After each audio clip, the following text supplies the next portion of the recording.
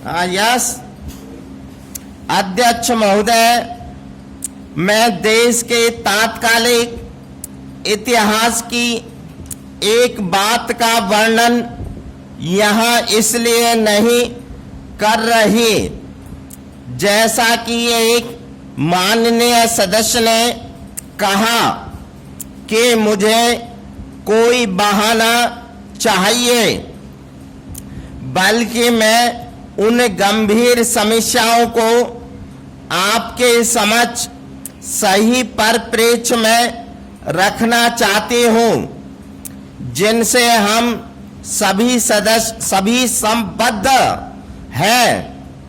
मूल्य वृद्धि, आवश्यक चीजों की कमी, आर्थिक कठिनाइयां आदि फुल स्टॉप। कठिनाइयां तो है ही, और हम जानते थे कि वे आएंगे। उनके बारे में हमने राष्ट्र की चेतावनी भी दे दी थी और संसद को भी बता दिया था। लेकिन जिस बात को हम नहीं जानते थे और जिसने हम पर अतिरिक्त भार डाल दिया तथा हमारी कठिनाइयां बढ़ा दी, वह था सूखा, फुल स्टॉप।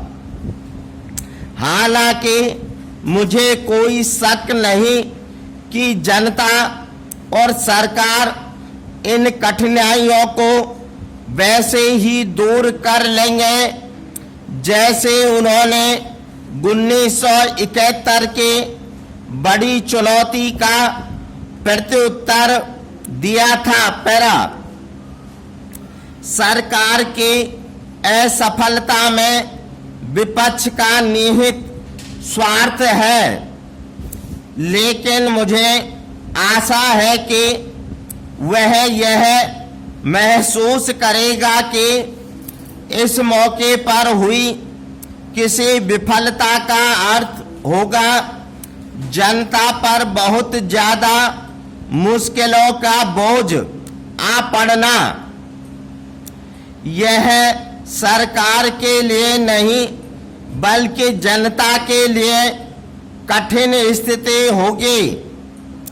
विपक्ष के अनेक मित्रों को यह कहने की आदत है कि आप तब सरकार में नहीं होंगे या यह सरकार के साथ घटित होगा।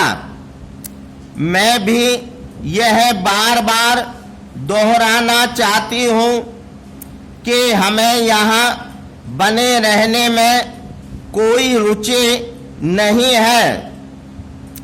हमारी दिलचस्पी तो एक नीति के परिपालन में है, यह सुनिश्चित बनाने में है कि वह सफल हो। अगर हम इसमें सफल नहीं होते तब भी इसका अर्थ यह नहीं है कि हम उन नीतियों को छोड़ देंगे जिन्हें हम सही मानते हैं और जिनके बारे में हम सोचते हैं कि प्रत्येक घटनाक्रम द्वारा उनका औचित्य सिद्ध हो चुका है। अच्छा होगा कि माननीय सदस्यगण स्वयं अपने पिछले भाषणों पर विचार करें। क्या कभी भी उन्होंने यह सोचा है कि राष्ट्र आगे बढ़ेगा? क्या कभी भी उसके ख्याल में यह बात आई है कि कहीं कोई सफलता मिल रही है? लेकिन इन निराशापूर्ण भविष्यवाणियों के बावजूद हम आगे बढ़े हैं। हमने एक ऐसी चुनौती का सामना किया जो अपनी तरफ की एक सबसे बड़ी चुनौती थी। जिसका सामना शायद किसी भी देश ने, चाहे वह विकसित और अमीर देश हो या गरीब, किया हो, स्वीकृत नीति तथा कार्यक्रमों से पीछे नहीं हटेंगे। स्टॉप।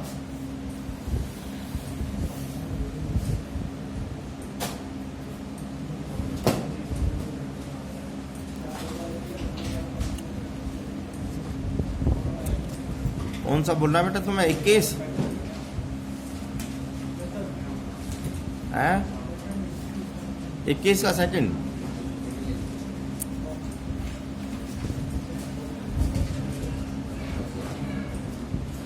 अब हल्का सा मैं तेज बोलूंगा, थोड़ा सा है ना, जल्दी लिखने की कोशिश करना।